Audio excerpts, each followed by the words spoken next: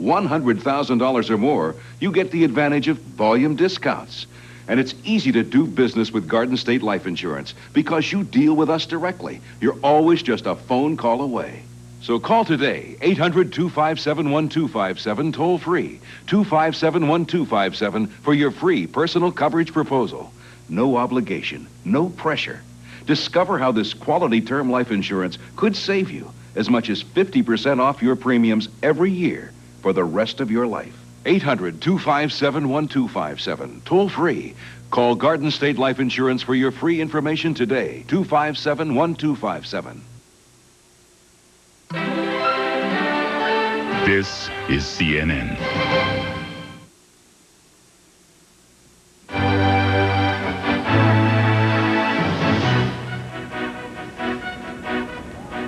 Mob violence shows Cambodians cannot forgive the killing fields despite a new peace settlement. In the United States, the Thanksgiving holiday travel rush is off and running, or walking. Welcome to NewsHour. I'm Reid Collins in Washington. And I'm Bobbie Battista in Atlanta. Those stories in just a moment. But first, the U.S. and Britain are demanding that Libya turn over 2 men indicted in the bombing of Pan Am Flight 103. 270 people died when the plane went down near Lockerbie, Scotland 3 years ago. The new joint statement calls on Libya to pay compensation to the victims' families and turn over all information on the bombing. The statement says the U.S. and Britain expect quick and full compliance from Libya, but makes no specific threats. The 2 Libyan intelligence agents were indicted November 14th with the implication that Libya's leadership was also involved. Libya has denied the charges, but yesterday appointed a new intelligence chief in a move seen as a response to Western pressure. Red eyes, short tempers, and sleep-deprived bodies are the dress of the day on Capitol Hill. Congress worked through the night in a rush toward adjournment or a rush toward something, and amidst the partisan bickering, some substantial legislation. Keeping watch on all of this is CNN's Candy Crowley, who joins us now live. Candy? Reid, the Congress will, I can assure you, adjourn in time to get to their Thanksgiving dinners wherever they may be. Right now, both the House and the Senate are in session trying to get some of this key legislation passed, legislation that was considered key before they leave town. The Senate is right now looking at the surface transportation bill. That is expected to pass in the Senate as easily as it did in the House. The measure will provide billions of dollars to upgrade the nation's highways and transit systems, and more importantly, supporters believe all that construction could add up to 4 million jobs for the economy over the next several years. On the House side, having spent the night working, lawmakers are within an hour or so of recess. Since dawn, they've made relatively quick work of several bills, including 2 key banking measures necessary to maintain stability in the industry. The first will provide $70 billion in funds to refinance the FDIC. That's the agency which guarantees bank deposits. That measure has been passed. Expected to be passed shortly, a second measure to pump another $80 billion into the agency, which is overseeing the S&L bailout. In a bit of a surprise, the House has also passed the crime bill, once thought comatose if not dead. That measure includes a 5-day waiting period for handgun purchases, allows the death penalty for an additional 50 crimes, and provides more money for state and local law enforcement activities. It will not include a ban on semi-automatic weapons as originally envisioned in the House version. We should attach a tax credit provision to this bill so every American citizen could go out and buy a flak jacket, because this bill declares open season. If the president really wants a crime bill, instead of just talking about it, he can pick up the phone, ask the troops over here and in the other body to get with the program, then pick up his pen a little later and sign a comprehensive anti-crime measure. If the president fails to do this, the burden is on him to tell the American people just why he's against putting cops back on the beat. The president has threatened to veto that crime bill, but it has to get to him first, and prospects for passage in the Senate is a little bit questionable since Senate Republicans have threatened to filibuster repeatedly. After this is all done, the Congress will, of course, take off for Thanksgiving. However, work will not be done because next week the House Ways and Means Committee will come back in. Democrats felt they had to do this because they felt the president forced them into staying here and trying to deal with some economic packages by somehow hinting that perhaps the Democrats weren't interested in getting the economy growing again. Candy Crowley, CNN.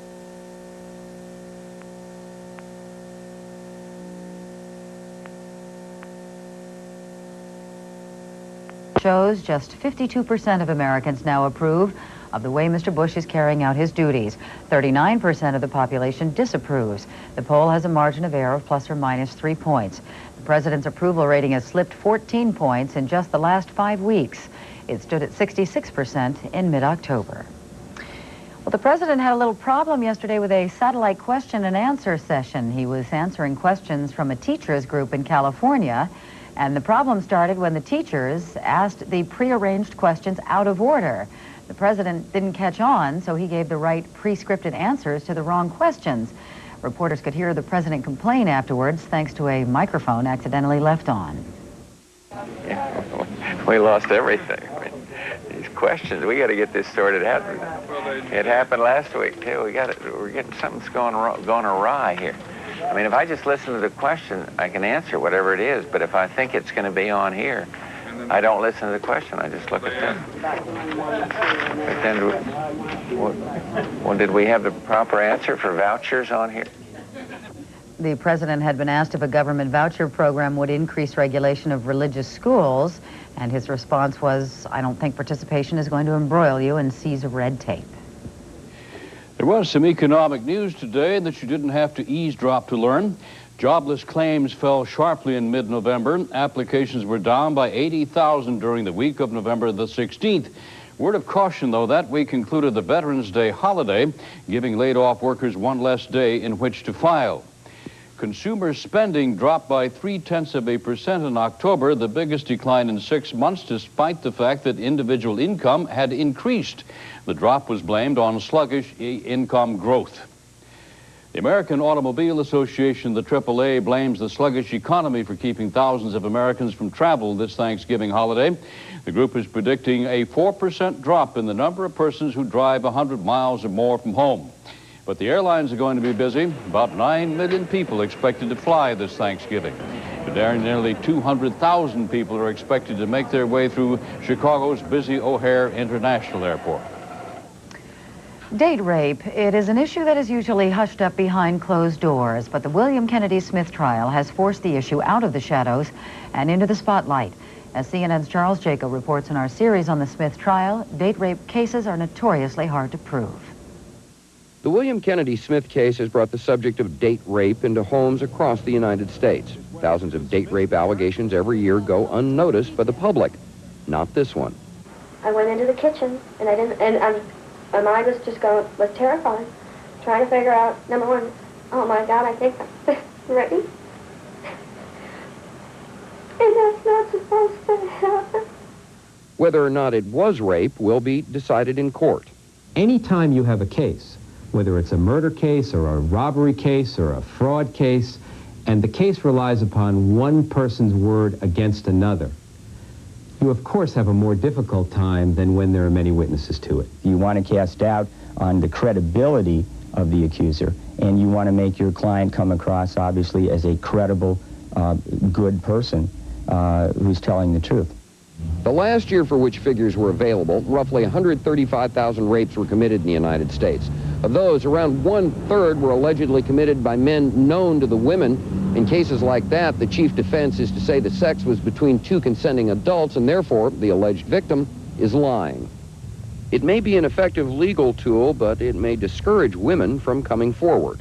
Rape is already the most serious underreported crime in our society. And one of the reasons women don't report is because they fear that if they report that they're victims of rapes, they'll be stigmatized, they'll be humiliated. Yet seminars on acquaintance rape on campuses around the country stress those crimes should be reported.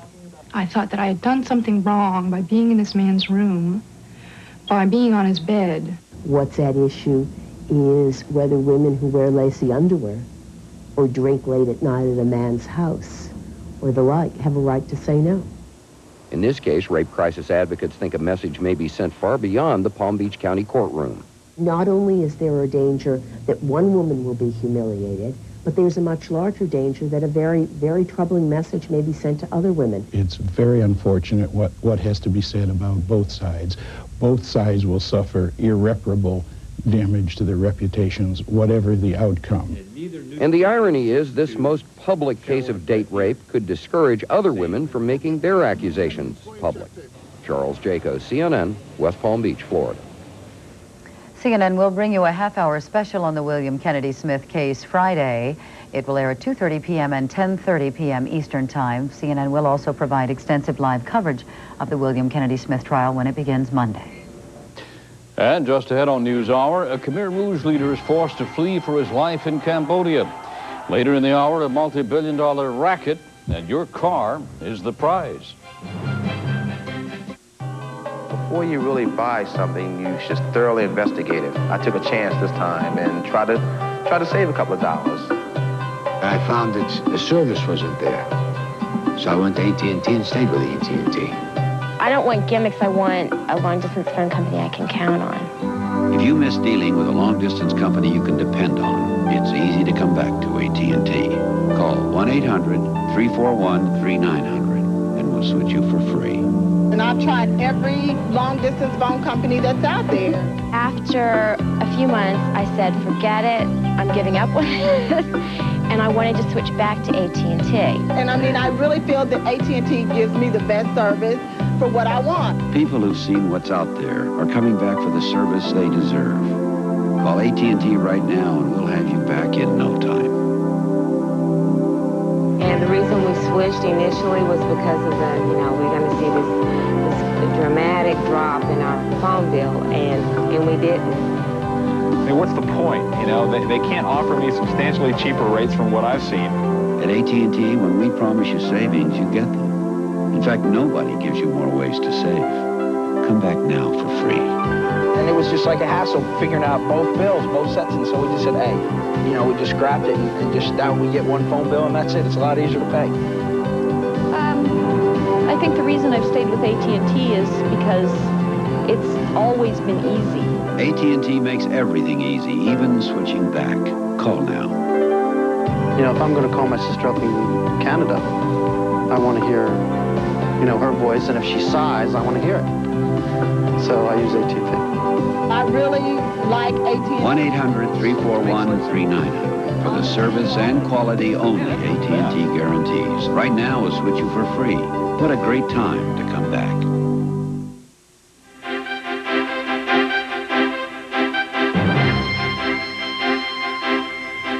In something of a diplomatic slap in the face, Israel has rejected a U.S. invitation for the second round of Middle East peace talks to begin next week.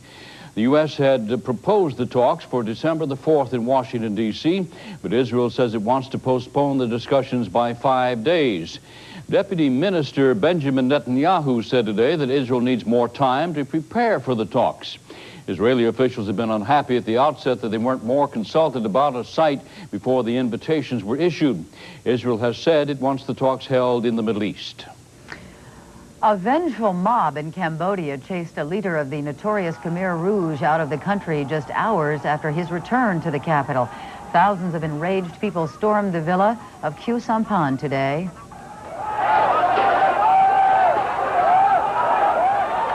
The angry mob began beating Khieu Samphan before police managed to hustle him out, bloodied and bruised. He was then flown to Bangkok. The crowd was demanding revenge for relatives killed during the Khmer Rouge's reign of terror in the late 1970s. And things got a little out of hand in the Japanese parliament today over a plan to send the first military troops overseas since World War II. The proposal called for setting up a corps of troops that might serve in the United Nations peacekeeping force. When the call came for a vote, opponents denounced the move and rushed toward Yoshiro Hayashi, the Liberal Democrat who helped write the measure.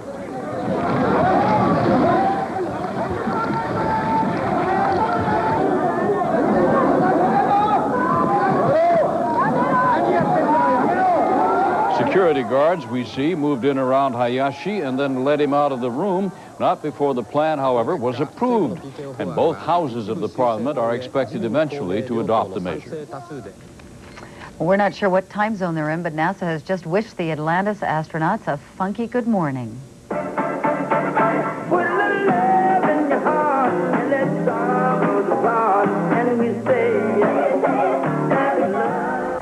The traditional wake-up call was a James Brown tune to which one astronaut responded, "He's got no gravity and we've got no gravity."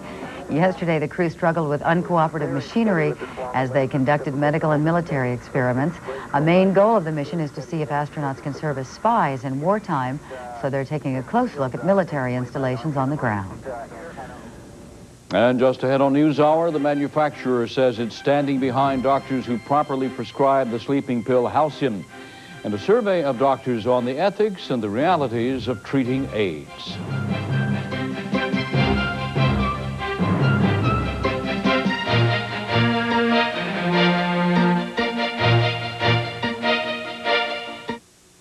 It's gone. But it isn't. Vicks introduces an incredible new cough drop. It's gone, but it isn't. A cough drop so powerful, it keeps on working even after the drop is gone. It's extra strength Vicks, a new kind of Vicks with twice the Vicks vapor medicine to relieve your cough and help your scratchy throat and stuffy nose feel better, even after the drop is gone. New extra strength Vicks, extra strong to work. Even after it's gone. Have you had your V8 today? Did you know that V8 juice has less than half the calories of that apple?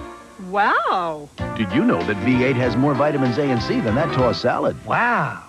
And did you know that V8 is 100% vegetable juice, so it has no fat, unlike that low-fat yogurt? Wow! So how do you feel now that you know these things? Wow! I gotta have a V8. V8 is a nutritious blend of 8 vegetable juices that taste terrific. Have you had your V8 today? It's a voyage of technological artistry, created through scientific thought, designed on a space-aged canvas, producing a manufacturing phenomenon. It's the Soloflex muscle machine. Call now and take your body on an incredible voyage to renewed beauty. Soloflex, 21st century design for today's needs. Tonight, drugs that claim to make you smarter might make you poorer first. The controversy over so-called smart drugs. Tonight on Larry King Live, 9 p.m. Eastern on CNN.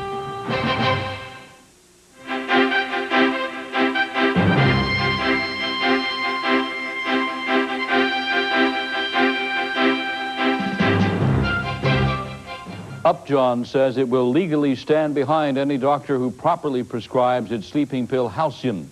The pharmaceutical company says it will defend any doctor sued by a patient alleging damages from the drug. Halcyon is the most widely used sleeping pill in the world, but it has been banned in the United Kingdom, Norway, and Finland amid reports of side effects such as memory loss and depression. Upjohn says the move is intended to show its support for the drug and for the doctors who prescribe it. Well, half of doctors surveyed say they would not treat people with the AIDS virus if given a choice. The survey, published in the Journal of the American Medical Association, found that many doctors do not want to treat homosexuals or drug users. Those two groups comprise most HIV cases. 75% of the general care physicians said they had treated at least one person with HIV, and 68% feel a responsibility to render such treatment. But 50% said they would rather not treat those infected with HIV. Not mean that a patient who presents themselves at the door of a physician's office is told to go elsewhere. But physicians still are uncomfortable. They'd rather not be doing this. They'd rather someone else do it. They are frightened by the unknown. One of the points that the article made is that 80% of physicians believe they need more information about AIDS and how to deal with it. And as time goes on and as physicians become less frightened, they will understand their responsibilities better and will be able to respond to the need to care for these patients. An editorial accompanying the survey recommended disciplinary action against doctors who refuse care to AIDS patients. And already dealing with a life of uncertainty, many workers with AIDS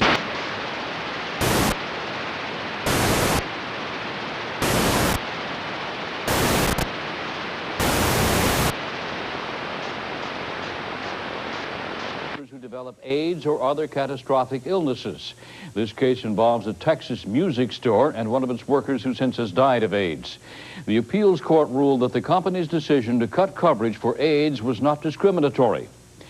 In an attempt to stem the tide of AIDS, the New York City school system has started distributing condoms to students who want them. The program started at 2 New York City high schools yesterday and will expand next year until it's covered all of the city's 120 public high schools. A little noticed epidemic is raging among women, causing pain, infertility, and sometimes even death. It's called pelvic inflammatory disease, or PID, as CNN's Don Knapp reports. Susan Braxton is one of perhaps 1 million women in the United States whose fertility and perhaps her life have been threatened by pelvic inflammatory disease. Hers was caused by a complication from gonorrhea 20 years ago. It was probably maybe the third guy I ever slept with. I got sick. I thought I had the flu. I had chills and fever, and since it didn't go away, I eventually went to the doctor. Susan says medical tests did not catch the disease right away, and for 20 years she's experienced the consequences of what is called pelvic inflammatory disease. Well, it's caused impaired, if not eliminated, my fertility. And the worst thing for me was chronic pain. Typically, a sexually transmitted disease such as gonorrhea or chlamydia inflames the reproductive organs. Eventually, the inflammation results in scarring. The scars interfere with the movement of eggs through the fallopian tubes. That may result in a dangerous tubal pregnancy or infertility.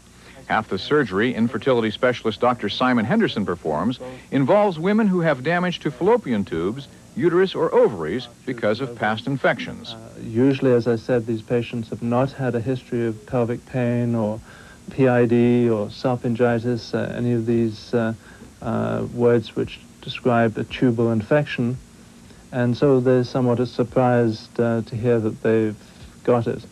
We realize now that we've been underdiagnosing PID, that women no longer have to present doubled over in pain with severe abdominal pain and a vaginal discharge and a high fever as we had stated earlier in the 80s and in the 70s. Dr. Eugene Washington of the University of California at San Francisco led a new study on this old disease. The study found that of the 1 million women in the United States with pelvic infections, 200,000 are unable to have children. The cost of treating the infections is $4 billion a year. We still have, or we believe, a narrow window of time to treat that woman and to prevent the complications that arise as a result of the scar tissue in the tubes. However, we believe that window is certainly no more than 10 days and is probably more like a week. Guys usually know. It's more apparent. So for them to be responsible and, you know, be adult enough and have enough courage to tell their partner, you know, that maybe something's going on, to get checked out and to take it seriously. Don Knapp, CNN, San Francisco. News for Medicine is brought to you by Bristol-Myers Squibb Company, makers of new day-night contracts. Finally, day and night cold medicines together in one package. Hey, I thought you were home with a miserable cold. I was, but now I feel better. Well, did you take Sudafed for your stuffy nose? No, I took Comtrax. It does it all. Chlortrimeton for your sneezing. I only took Comtrax. Regular Tylenol for your aches and pains. Benylin DM for your cough. All I took was Comtrax. She'd have had to take each of these just to get all the relief that's in 2 Comtrax. Comtrax does it all. Also, look for new non-drowsy Comtrax. The Can We Talk girl herself faces the other side of the microphone and tells us what life was like before and after Edgar. Joan Rivers, today on Sonia Live, 1 p.m. Eastern, only on CNN. Once upon a time, 3 bears decided to microwave their dinner. Papa Bear's portion overcooked. Oh, too hot. Mama Bear's portion undercooked. Brr, too cold. So Baby Bear used the micro-go-round, and his food turned out just right. The micro-go-round automatically rotates food to help it cook nice and even. No hot spots, no cold spots. The micro-go-round by Nordic Ware. It helps microwave cooking turn out just right. Available at Sears, True Value, and Lecter. In the mountains of Colombia, they celebrate the richness of the land. And from this land comes the richness of Colombian coffee. That's why Maxwell House blends its coffees with Colombian beans. Rich beans, rich coffee. Some we slow roast for old-fashioned richness. Some we roast dark for the flavor of France. We buy more Colombian beans than anyone in America. Maxwell House, blended with Colombian beans. Because better beans make better coffee. Anti-theft devices on automobiles are becoming more and more sophisticated, and so are car thieves. Despite high-tech alarms and other equipment, vehicle theft is still an $8 billion a year business in the United States. CNN's Greg Lamont has more from Los Angeles. The amount of vehicle thefts in this country seems to defy logic. One is stolen every 19 seconds. This despite the fact more vehicles than ever before are equipped with anti-theft systems, including sophisticated tracking devices. Last year, more than 1.5 million vehicles were swiped off the streets, up 4.5% from 1989. Dariush Bakhtiar has had 3 cars stolen in the past 5 years, the last at gunpoint. 2 guys appeared sort of out of the blue, and they had handguns and pointed them at me and said, give me your car keys. So, of course, I gave them the car keys. I showed them how the alarm gets turned off. They couldn't get into reverse, so I showed them how to get it into reverse. Bakhtiar's Porsche was recovered, but like most stolen vehicles, was completely stripped. This video, obtained by the California Highway Patrol, was shot by car thieves at a chop shop. That's where vehicles are stripped of their parts and resold. But car thieves are no longer satisfied with just parts. They are increasingly becoming involved with smuggling overseas. We have vehicles that are leaving out of all the ports through the northern ports through Canada, up into Canada. We have them leaving out through California ports to Europe and Japan, through the southern ports down into Mexico and South America, and from the east to Europe also. Vehicle theft is an $8 billion a year industry in the U.S. It is a low-risk crime, and punishment is relatively light. Only 15% of vehicle theft cases result in arrest.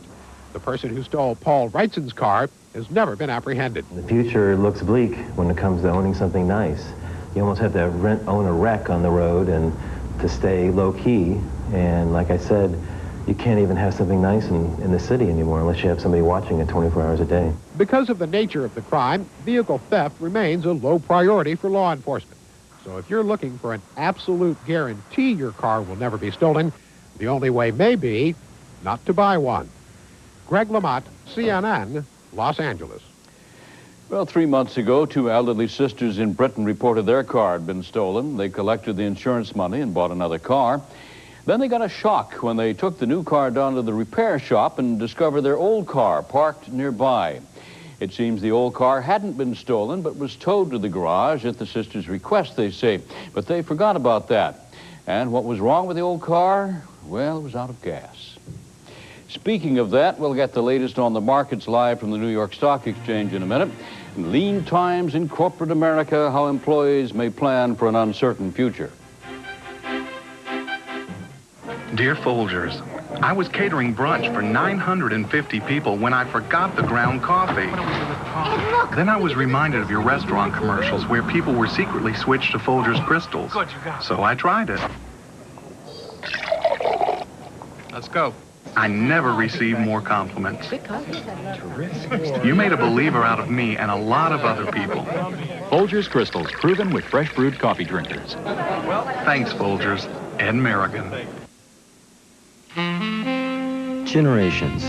To be part of one is much more than the simple matter of your birthday. It's to be part of an era.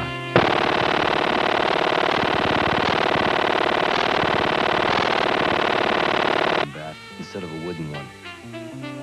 It's to have done things as no other generation would. And yet it's also to share one idea with all of them. For every generation, there's a gap. News Hour continues, followed by Sonia Live after this local commercial break. Next on CNN. It's a holiday feeling that's one of a kind. Season's greetings and gifts that last a lifetime. For Christmas, it's Joseph. For sparkling treasures under the tree. For giving the best and making memories. For Christmas, it's Joseph. Downtown Merle Hay and Valley West Mall.